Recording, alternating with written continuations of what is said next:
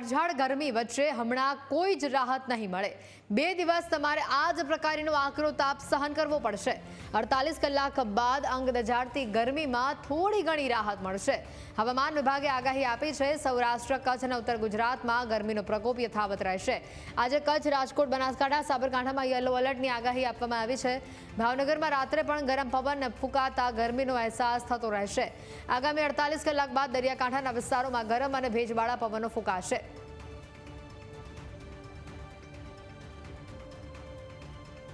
અગનભઠ્ઠી બનેલા ગુજરાતને ગરમીથી રાહત મળશે। હવામાન નિષ્ણાંત પરેશ ગોસ્વામીએ આ વાત કહી છે। 11 એપ્રિલ બાદ ગુજરાતનું હવામાન પલટાશે। બંગાળની ખાડીમાં હળવું દબાણ સર્જાશે। તાપમાનમાં ઘટાડો થતાં લોકોને ગરમીથી રાહત મળશે। સૌરાષ્ટ્ર અને ઉત્તર ગુજરાતમાં 20 થી 25 કિલોમીટર પ્રતિ કલાકની ઝડપે પવન ફૂંકાશે, તો દક્ષિણ ગુજરાતના ભાગોમાં 35 થી 45 કિલોમીટરની ઝડપે પવન ફૂંકાશે। 11 એપ્રિલ બાદ ગુજરાતમાં હીટવેવનો નવો રાઉન્ડ શરૂ થશે। બંગાળની ખાડીની અંદર અત્યારે એક હળવું દબાણ રચાઈ રહ્યું છે। એ સાથે ઉત્તર ભારતના ભાગો ઉપર સાયક્લોનિક સર્ક્યુલેશન બની રહ્યું છે। આ બંને પરિબળોને કારણે ગુજરાતના તાપમાનની અંદર ઘટાડો થાય। 11 એપ્રિલ 2025 થી લઈને 15 એપ્રિલ 2025 નો સમય હશે। એ દરમિયાન રાજ્યના 80 થી 85% વિસ્તારોની અંદર તાપમાન છે તે 40 ડિગ્રી કરતા પણ નીચું આવી જશે। આવનારા 5 દિવસ દરમિયાન મોટી રાહત મળે તેવી શક્યતાઓ છે।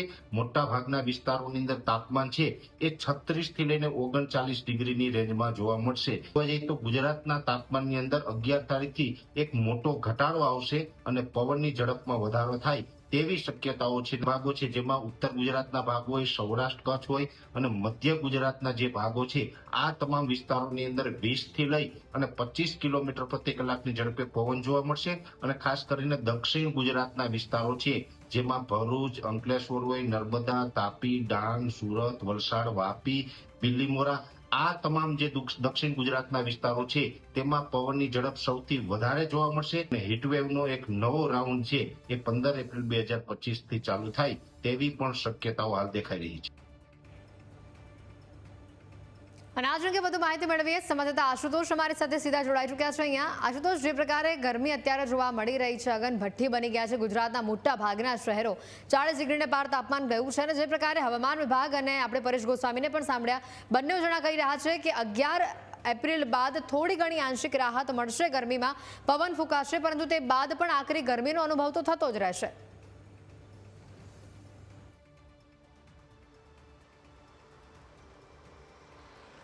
ચોક્કસથી, કારણ કે હીટવેવ જે છે તે ચાલી રહી છે અને હીટવેવના કારણે આમ પ્રજા જે છે તે પરેશાન થઈ ચૂકી છે।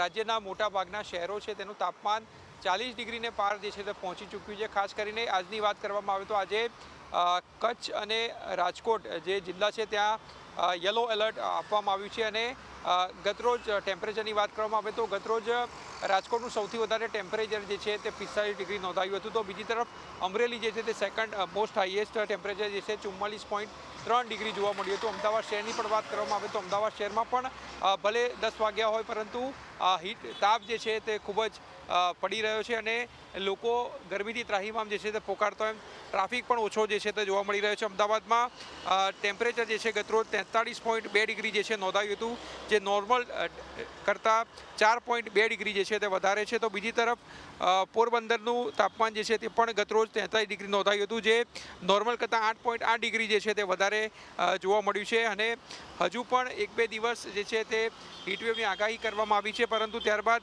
આંશિક રાહત જે છે તે મળી શકે છે, પરંતુ ફરી એકવાર જે છે તે ગરમીનો રાઉન્ડ શરૂ થશે અને ક્યાંક ને ક્યાંક લોકોએ વધારે ત્રાહિમામ પોકારવાનો વારો આવશે।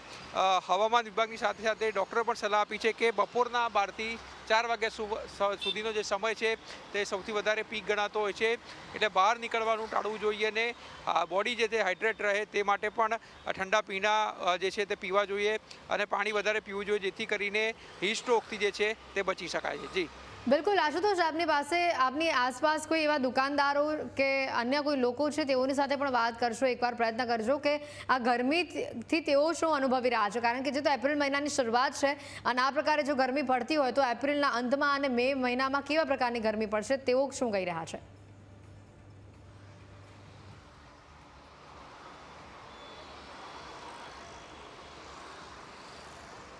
જી જોઈએ તો હાલ તો અમે રસ્તા ઉપર છીએ, રસ્તા ઉપર પણ જોઈ શકાય છે કે એવી કોઈ દુકાન કે અન્ય કોઈ સ્ટોલ એવો નથી કે જેની સાથે વાત કરી શકાય, પરંતુ જે પ્રકારની ગરમી પડી રહી છે ચોક્કસથી લોકો જે છે તે ત્રાહિમામ પોકારી ચૂક્યા છે, કારણ કે ગરમી જે છે તે નોર્મલ કરતાં તેનું ટેમ્પરેચર જે છે તે વધારે જોવા મળી રહ્યું છે અને હજુ પણ 1 કે 2 દિવસ સુધી આ પ્રકારની ગરમી જે છે તે અમદાવાદ શહેરમાં યથાવત રહેશે અને રાજ્યભરમાં પણ એ છે યથાવત રહેવાની આગાહી જે છે તે કરવામાં આવી છે.